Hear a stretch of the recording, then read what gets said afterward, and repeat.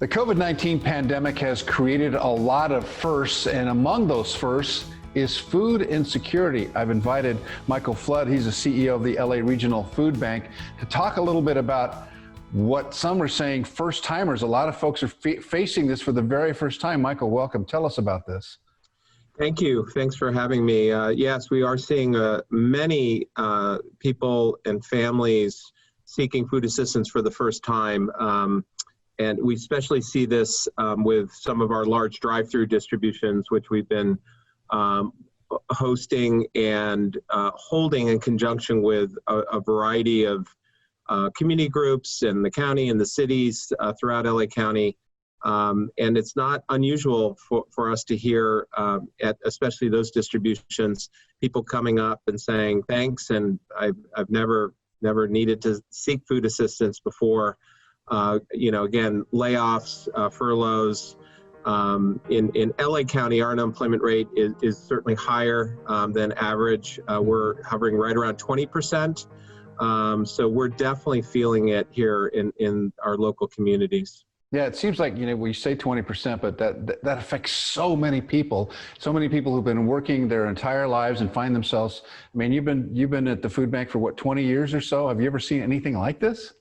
No, I haven't. And, I would compare it to, I'd say two different types of events. The Great Recession, where the economic damage that was done occurred over months and months. It just, it continued, but it wasn't sort of the spike that this situation has been. And as we know, at the height of the Great Recession locally, our unemployment rate reached 12%. So we're well above where we were for that. And this has happened in a very condensed time period, which is different than situations before. The other part of this is like a disaster where something has happened and, we and other organizations need to respond very quickly. And again, that it's very different in that regard where, a fire or some other natural disaster, it's a finite event. It happens, it affects people, you assess who it's affecting and you figure out how to provide help. This, as we know, is a rolling disaster. It gets worse every day, right? So it's not stopping. The health part of it, unfortunately, continues to grow with every day. It affects more people. And then, of course, has this economic impact too.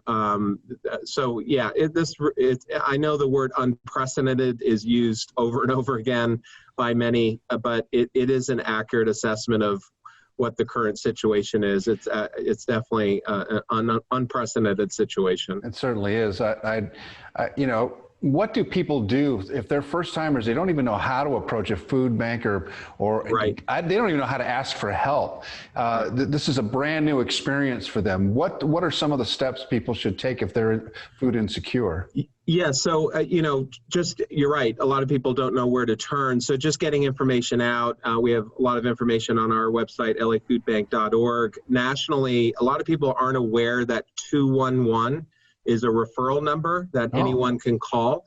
And here in LA County, 211la.org, you can go to find not just food resources, but a wide variety of other resources that are available. So, one advantage of sort of online presence for everyone is more information is available than it was 10 years ago, 20 years ago, and so forth. Yeah. So that's certainly an advantage. And people aren't aware of programs like the traditional food stamp program called SNAP nationally, called CalFresh here in California. A lot of people new to need, they're like, what's that? I've never heard of it. And again, it's a program that is income tested.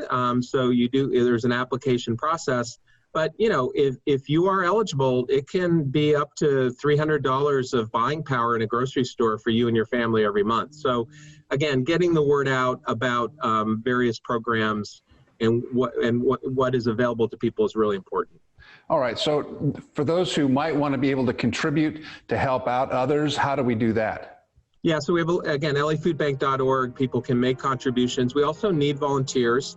So, again, people who don't really have underlying health conditions and really are not at high risk of experiencing the really harsh effects of COVID-19. We have people who are still helping on site. Again, we're employing social distancing. We have a temperature check as you come in, doing all the things that I think we should be doing to again, keep our 2 distribution centers as safe as possible. And we also have volunteers helping at our distribution sites, like these large drive-through distributions I was mentioning earlier.